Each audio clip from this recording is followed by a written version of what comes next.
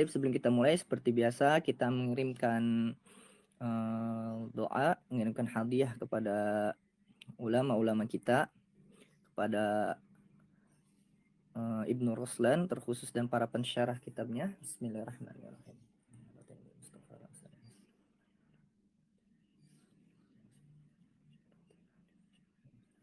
Al-Fatihah. A'udzubillahi minasyaitonirrajim. Bismillahirrahmanirrahim. Alhamdulillahirabbil alamin arrahmanir rahim maliki yaumiddin iyyaka na'budu wa iyyaka nasta'in ihdinas siratal mustaqim siratal ladzina an'amta 'alaihim ghairil maghdubi 'alaihim waladdallin.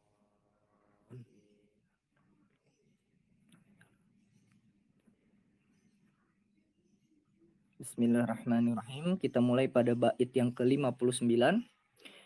Wa bisanidil mutasilil musannif rahimahullahu taala qala nafanallahu bihi wa bi ulumih wa bi kutubih. Amin. Bismillahirrahmanirrahim. Wa ma siwa hadzal minal ahkami fardun kifayatin 'alal anami. Sebagaimana pembahasan kita yang telah lalu, kita telah membahas tentang fardu ain, yakni fardu ain yang kefarduannya tersebut harus dilakukan oleh setiap orang, dan telah kita bahas pula ilmu-ilmu apa saja yang harus dipelajari dan apa saja yang harus diketahui oleh setiap orang mukallaf. Dan pada pembahasan kali ini musannif yakni Ibnu Ruslan menjelaskan tentang fardu yang lainnya, yakni fardu kifayah. Beliau berkata, wa ma siwa hadza minal ahkam, wa ma siwa, dan adapun selain hadza minal ahkam, selain dari hukum-hukum, yakni hukum-hukum agama maksudnya yang telah kita bahas, fardu kifayatin, maka itu adalah fardu kifayah. Jadi selain ada fardu ain, ada juga fardu kifayah alal anam. Yang fardu kifayah tersebut diwajibkan kepada al-anam. Al-anam itu maksudnya adalah al-bashar, yakni kepada manusia. Akan tetapi disebutkan dalam syarah kepada alal mukallafin, kepada mukallafin, pada mukallaf. Maka fardu kifayah, apa perbedaannya fardu ain dan fardu kifayah? Setelah kita bahas pula di pertemuan sebelumnya bahwasanya fardu ain itu adalah objek dari kefarduan itu adalah setiap individu. Jadi setiap individu wajib melakukan perbuatan tersebut seperti sholat 5 waktu, seperti itu. Adapun fardu kifayah itu hanya diwajibkan kepada sekelompok orang. Apabila dari kelompok tersebut ada yang melakukan, maka gugurlah kewajiban yang lainnya. Seperti itu. Misal adalah sholat jenazah, Sholat jenazah hukumnya adalah fardu kifayah. Atau kalau kita ingin lebih global lagi, dalam pengurusan jenazah itu hukumnya adalah fardu kifayah. Nah, ketika kita sholat jenazah, di suatu kampung ada orang yang meninggal, misalkan di kampung tersebut ada 40 orang, ada yang meninggal 1 orang, kemudian yang mensolati jenazah itu hanya ada 5 orang, maka sisanya, yakni yang 35 orang, yang 35 orang itu telah gugur kewajibannya. Seperti itu. Di dalam beberapa syarah dijelaskan bahwasanya seperti ini. Kasus apabila suatu kefarduan kifayah itu, suatu ibadah yang dihukumi fardu kifayah itu tidak dilakukan oleh seseorang pun, misal tadi kita bahas tentang sholat jenazah, tidak ada satu orang pun yang melakukan sholat jenazah, maka 40 orang itu mendapatkan dosa. Akan tetapi disebutkan bahwasanya tapi tidak semuanya mendapatkan dosa. Siapa yang tidak mendapatkan dosa? Mereka yang memiliki uzur. Misal dari 40 orang itu, misal 39 orang sebenarnya bisa melakukan sholat jenazah, tapi mereka enggan. Dan 1 orang itu memang tidak bisa melakukan sholat jenazah. Mungkin 1 orang ini sedang sakit atau sedang yang lainnya seperti itu. Maka yang 1 orang ini tidak terkena iqab atau dosa yang disebabkan oleh tidak dikerjakannya kefarduan tersebut, yakni fardu kifayah, seperti itu. Jadi orang yang memiliki uzur itu dimaafkan. Kemudian musannif melanjutkan, kullu muhimmin qasadu tahassulah min ghairi an ya'tabiru manfa'alah. Maksudnya di sini adalah fardu kifayah, yaitu setiap muhimun muhimun ya, di dalam apa kullu muhimin, di dalam beberapa nuskho disebutkan minhum, itu kurang tepat. Kullu muhimmin qasadu tahassulah. Yani setiap perkara yang muhim, yang penting, kosodu yang mereka menyengaja tahassulah untuk melakukannya atau untuk meraihnya. Min ghairi an ya'tabiru manfa'alah, tanpa melihat siapa yang mengerjakannya. Kalau fardu ain, sebagaimana yang telah kita bahas, bahwasanya setiap orang, yakni ditain ya, setiap orang. Sedangkan kalau fardu kifayah, itu siapapun yang melakukannya. Yang penting di dalam satu kelompok tersebut ada yang melakukannya. Kemudian musonif melanjutkan, beliau menjelaskan tentang contohnya, ka'amri ma'rufin wa nahyil munkari, seperti melakukan amar ma'ruf. Yakni amar ma'ruf itu amar perintah, ma'ruf kebaikan, yakni memerintahkan kepada kebaikan. Wa nahyil munkar, yakni melarang untuk atau mencegah kemungkaran. Wa in yadhunna nahya lam yu'assir. Wa in yadhunnu nahya lam yu'assiri. Wa in, meskipun atau walaupun, yazunnu, bahwasanya orang yang melakukan amar ma'ruf nahi mungkar tersebut, atau di sini sebutkan nahyanya saja, meskipun meskipun zon, yakni prasangka, bahwasanya nahya, larangan kita itu lam yu'assir, yakni tidak ada dampaknya. Contohnya seperti ini. Sebenarnya banyak ya dalam kaidah amar ma'ruf nahi mungkar ini. Jangan sampai kita terlalu keras juga sebenarnya, karena saya pernah menemukan orang niatnya bagus, seperti itu, niatnya bagus, terus apa yang dia lakukan juga memang tujuannya bagus, akan tetapi caranya yang salah. Nah, sekarang kita cukup panjang akan membahas ini. Yang pertama, bahwasanya amar ma'ruf nahi mungkar itu hukumnya fardu kifayah. Jadi tidak setiap individu harus melakukan, tapi hendaknya dalam suatu kelompok ada yang melakukan amar ma'ruf nahi mungkar. Kenapa demikian? Kenapa sih amar ma'ruf nahi mungkar itu? Contohnya seperti ini. Ini penting. Ini kalau kita belajar di dalam kitab Ta'limut Ta'alim atau dalam kitab adab yang lainnya, khususnya pada bab teman, kalau di dalam Ta'limut Ta'alim itu syarik, itu jelaskan bahwasanya ketika kita berteman dengan seseorang yang buruk, itu bisa berdampak kepada diri kita. Maka dalam satu kelompok, kalau istilah sekarang, di circle kita itu, di pertemanan kita itu, harus ada satu orang yang bisa mengajak kepada kebaikan dan melarang kepada keburukan. Seperti itu. Jadi jangan sampai kita berteman di suatu circle, di suatu perkumpulan, di suatu kelompok yang tidak ada orang, tidak ada teman yang bisa mengajak kepada kita kebaikan atau melarang kita untuk melakukan keburukan. Misal contohnya seperti ini, kita sedang naik mobil. Ini juga bentuknya adalah kita bisa ikut-ikut kepada teman. Kita sedang naik mobil, melakukan safar. Di dalam mobil ada misalkan 7 orang. Di dalam mobil ada 7 orang. Yang ingat sholat cuma satu. Nah, ini juga pembahasan tentang jangan sampai kita salah memilih teman. Di dalam mobil ada 7 orang, kita naik mobil, azan berkumandang. Satu orang mengajak kepada sholat, tapi yang enamnya tidak setuju. Maka apa yang dilakukan oleh mereka ketujuh-tujuhnya? Sholat atau tetap lanjut? Tetap lanjut. Seperti itu. Mereka akan tetap lanjut. Sehingga apa? Sehingga ketujuh-tujuhnya tidak melakukan sholat. Berbeda jika ada 7 orang di dalam mobil, kemudian 6 orang mengajak sholat, 1 orang enggan sholat. Maka mau tak mau yang 1 orang ini pun ikut melaksanakan sholat. Karena dia mungkin, ngapain nunggu di mobil gitu main ikut sholat. Nah, pembahasan ini adalah tentang memilih kita tentang pertemanan. Bayangkan jika 7-7-nya tidak ada yang mengingatkan sholat, tidak ada yang menasehati yang lainnya. Jangankan ingat sholat, jangankan berpikir seperti itu. Mendengarkan azan pun langsung pergi saja. Maka dari itu amar ma'ruf nahi mungkar ini harus dilakukan dalam setiap kelompok. Maka baiknya kita ini berkumpul dengan teman-teman yang baik, dengan orang-orang yang soleh.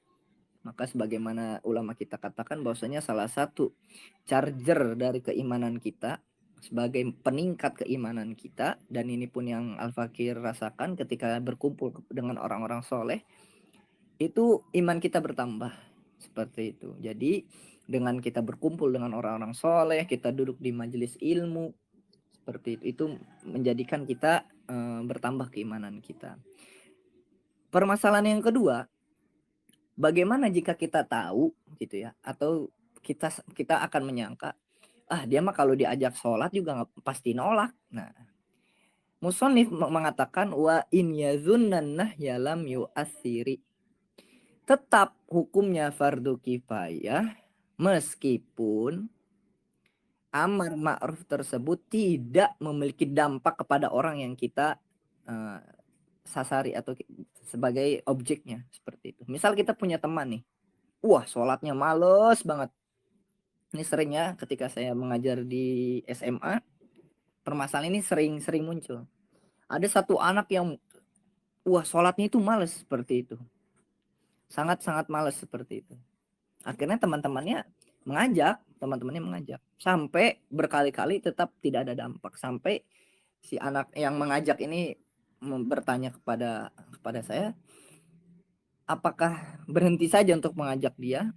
Nah, tidak. Ya, sebagaimana musonif katakan, tetap kita ajak sholat, tetap kita larang dia melakukan keburukan, walaupun kita menduga dia, ini mah gak ada dampaknya bagi dia. Seperti itu. Karena apa? Hidayah itu dari Allah ya. Hidayah itu dari Allah, sedangkan kita ini sebagaimana Allah SWT berfirman, qul innamal ilmu indallah wa innama ana nadhirum mubin. Nabi Muhammad SAW itu disebutkan oleh Allah, wa innama ana nadhirum mubin. Ana situ ada Nabi Muhammad, bahwasanya nadhirum mubin, hanya sebagai pemberi peringatan yang jelas. Seperti itu. Ilmu, hidayah, dan yang lain sebagainya, istilah hasil ya. Hasilnya itu semuanya adalah dikembalikan pada Allah, karena Allah lah yang menentukan. Tapi prosesnya dalam kehidupan ini, amar ma'ruf nahi munkar dan lain sebagainya, itu kita ikut andil seperti itu. Kemudian musannif melanjutkan ahkamu syar'illahi untuk samu, hukum-hukum syariat Allah sab'un itu 7 tuqsamu pembagiannya. Al fardu wal mandubu wal muharramu. Ada fardu, ada mandub. Nanti di dalam kitab Syarah Waraqat itu di hasiahnya pula dan di taklik yang lainnya, di syarah yang lainnya, nanti ada istilah yang dibedakan ya antara sunnah, nadab itu mandub, ada tatawwu'. Nah, itu nanti ketiga istilah itu ada ulama yang mengatakan sama, ada yang sinonim, maksudnya sunnah, mandub, tatawwu dan lain sebagainya yang sama, atau nafilah. Itu kan istilah-istilah yang sering kita dengar. Salat sunnah, salat ada yang mustahab, ada yang mandub, ada yang nafilah, ada yang tatawwu, ada yang ulama mengatakan bahwasanya istilah itu adalah sinonim, persamaan kata, semuanya sama kok. Maknanya itu adalah salat sunnah seperti itu. Tapi ada ulama juga yang menjelaskan ada perbedaannya, seperti misalkan sunnah itu artinya Nabi sering melakukan seperti tahajud, duha. Terus ada mandub yang jarang-jarang, ada tatawwu yang lebih jarang lagi seperti itu. Itu bisa dibahas nanti di usul fiqih di syarah Waraqat. Kemudian hukum yang ketiga ada wal muharram. Ada hukum haram. Ada fardu, ada mandub, ada haram, atau di sini disebutkan muharram. Ya, ini yang diharamkan, maksudnya haram. 3. Kemudian musannif lanjutkan warabiul makruhu tsumma ma ubih. Yang keempat al makruh. Makruh yang kelima tsumma ma ubih, sesuatu yang dimubahkan, sesuatu yang dibolehkan, artinya mubah. Udah 5 wasa disul batilu. Yang keenam adalah batil, waqtim bis sahih. Warabiul makruhu tsumma ma ubi wasadisul batilu waqtim bis sahih. Yang terakhir waqtim. Yang terakhir ditutuplah, dikhotamkanlah, maksudnya yang 7 itu dengan sahih. Jadi ada 7. Fardu, mandub, haram, makruh, mubah, batil, dan sahih. Nah, sekarang kita bahas satu persatu, tapi ta'rifnya saja ya, istilahnya saja, dan contoh-contohnya. Al-fardu. Ini kalau di Mambadi Awaliyah, wal ahkamu tis'atun, itu ahkam itu ada 9 ya. Nanti kita tambahkan sedikit. Di Zubat ini kan ada 7. Nanti di Mambadi Awaliyah, kitab usul menurut guru kami paling dasar. Tapi bagi siapapun yang ingin memperdalam usul, maka jangan tinggalkan Mabadi Awaliyah. Karena di dalamnya ada usul, ada juga qawaid, seperti itu. Baru nanti kepada warokot, ke aluma, bisa kemudian ke asbah wa nadhair, seperti itu. Bisa ke jam'ul jawami' kalau ingin mempelajari usul. Di dalam kitab Mabadi Awaliyah disebutkan ada 9. Sebentar.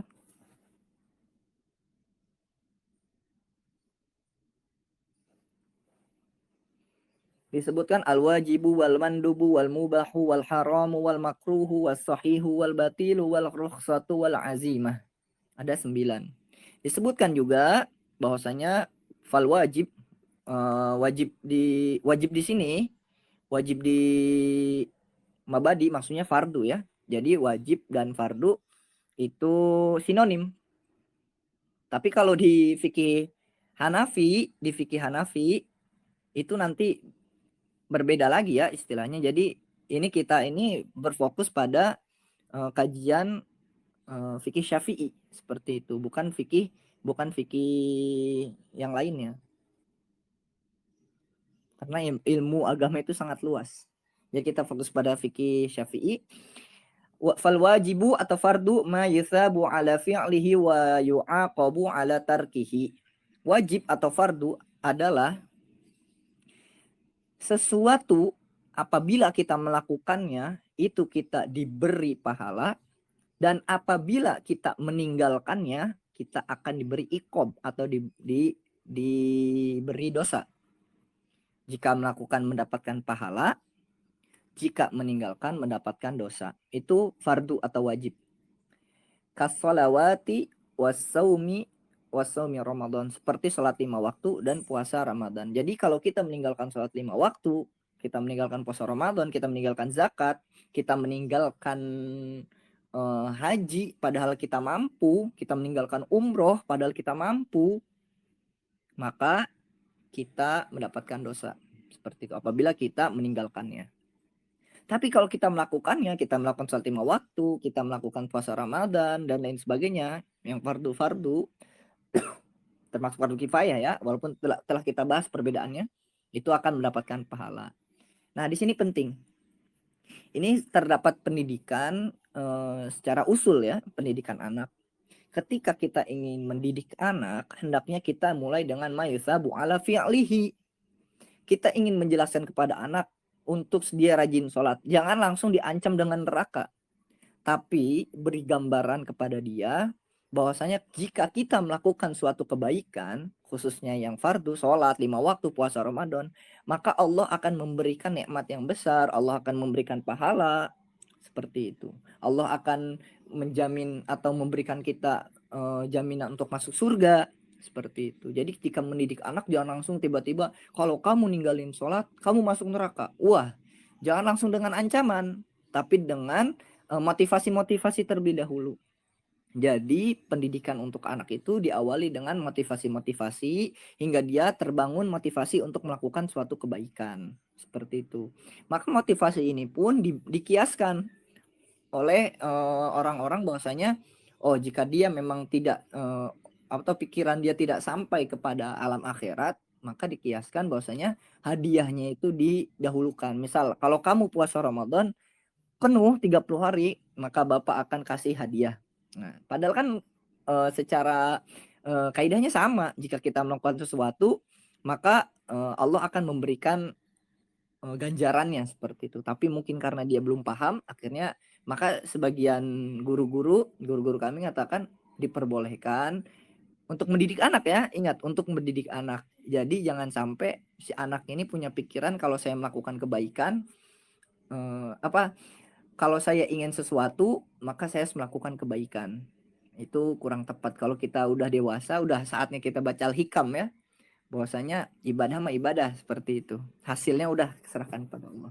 Kemudian setelah kita memotivasi anak kita untuk melakukan kebaikan, wah ternyata tidak bisa, atau dia sudah termotivasi dan supaya kita ingin lebih menguatkan, maka bisa dengan ancaman. Tadi telah kita bahas bahwasanya wajib itu adalah segala sesuatu apabila dilakukan kita akan mendapatkan pahala, dan apabila kita tinggalkan atau tidak mengerjakannya maka kita akan mendapatkan dosa. Seperti sholat 5 waktu dan puasa Ramadan. Dan kita bahas bahwasanya dalam definisi ini pun kita bisa mendapatkan suatu pendidikan kepada seorang anak ya. Ini kita mulai dengan motivasi, kemudian kita juga iringi dengan ancaman seperti itu. Kalau kamu melaksanakan sholat nanti Allah akan memberikan ini nih.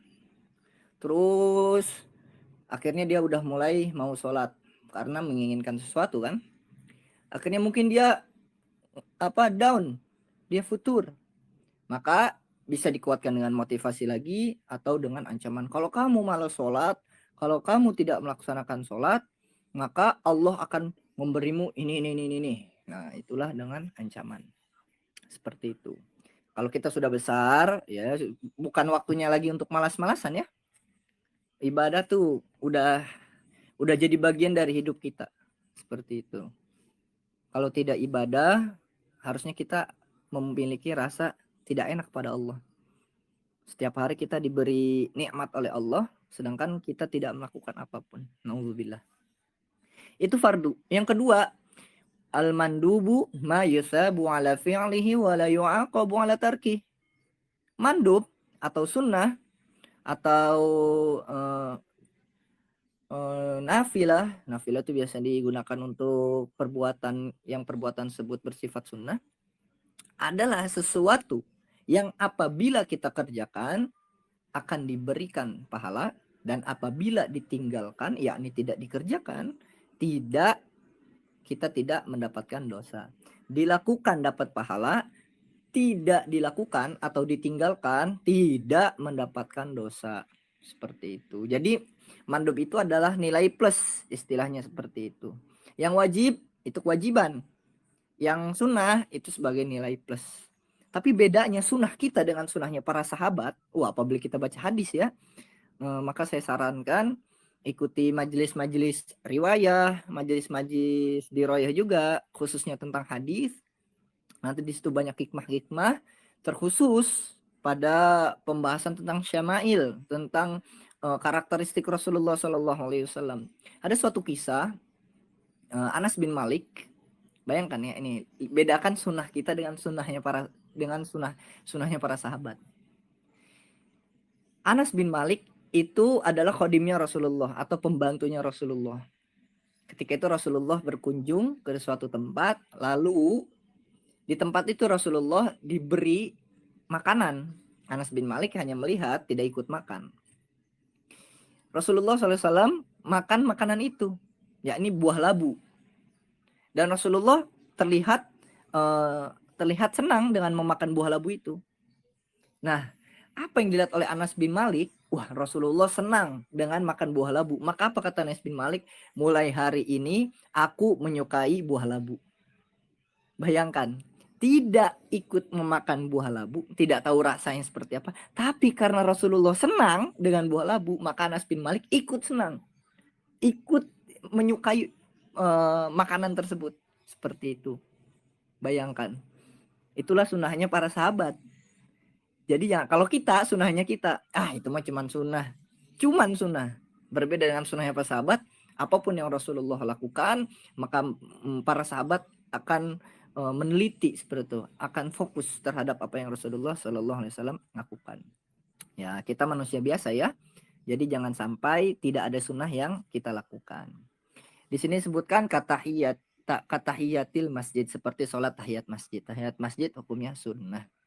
Walaupun kalau kita lihat di hadisnya itu adalah amr ya. Sedangkan kita tahu bahwasanya al aslu fil amri lil wujubi illa madalla dalilu ala khilafihi. Makanya ada sebagian orang yang mengatakan wah tahiyatul masjid itu, tapi sebagai jumhur ulama yang mengatakan sunnah ya. Tapi karena Rasulullah itu di dalam hadis menggunakan sigoh amr, janganlah kamu duduk sebelum kamu sholat 2 rakaat, yakni sholat tahiyatul masjid. Seperti itu. Dalam fikih kita disebutkan tahiyatul masjid hukumnya sunnah. Yang ketiga adalah haram. Al-haramu ma yathabu ala tarkihi wa yu'aqabu ala fi'lihi. Haram adalah segala sesuatu yang apabila jika kita lakukan perbuatan ini, maka kita akan mendapatkan dosa. Kita lakukan, kita dapat dosa. Apabila kita tinggalkan, kita mendapatkan pahala. Kebalikan dari wajib ya, kebalikan dari fardu. Kita lakukan, dapat dosa, kita tinggalkan, dapat pahala. Seperti itu. Seperti apa? Kariba wa fi'lil mafsadah, dan perbuatan-perbuatan merusak lainnya. Tapi di sini hal penting. Kapan sih haram tersebut bisa menjadi suatu sebab kita mendapatkan pahala? Maka haram bisa menjadikan sebab kita mendapatkan pahala apabila keharaman tersebut ada di hadapan kita. Itu tentang suatu keharaman, bahwasanya jangan sampai kita melakukan suatu keharaman. Tapi ingat ya, setiap anak cucu Adam itu tidak akan terlepas dari yang namanya keharaman atau maksiat. Maka sebaik-baik manusia, sebaik-baik pendosa ya, karena kita semua ini adalah pendosa. Sebaik-baik pendosa adalah mereka yang bertaubat. Maka kita berdoa kepada Allah Subhanahu wa taala semoga kita bisa senantiasa menjadi hamba yang bertaubat kepada Allah, karena wallahi kita tidak akan bisa terlepas dari yang namanya maksiat, karena memang di dunia kita ini banyak sekali setan-setan, bisa berwujud apapun ya, bisa berwujud manusia, berwujud jin dan lain sebagainya. Taib, mungkin kita cukupkan di sini karena saya ada tamu. Insya Allah kita lanjutkan kajian kita, yakni pada pembahasan tentang makruh, mubah, sahih, batil, rukun, syarat, rukhsah, dan azimah. Taib, apabila ingin ada ditanyakan nanti bisa langsung kepada musyrif atau kepada al-fakir. Insya Allah kita akan lanjut pada pekan depan pada pembahasan tentang al-ahkam ini, yakni hukum-hukum syariat. Insya Allah nanti kita bahas cukup panjang ya sebenarnya, karena ada sekarang muncul kelompok yang mengatakan ada hukum namanya hukum bid'ah. Nah itu dia. Insya Allah nanti kita akan bahas juga tentang pembahasan tersebut. Hadza khairuhu. Afwan, biasanya kita kajian 1 jam, tapi karena ada tamu, insya Allah kita lanjutkan di pekan depan. Hadza khairuhu. Wassalamualaikum warahmatullahi wabarakatuh. Wallahul muwaffiq ila aqwamit thoriq. Wassalamualaikum warahmatullahi taala wabarakatuh.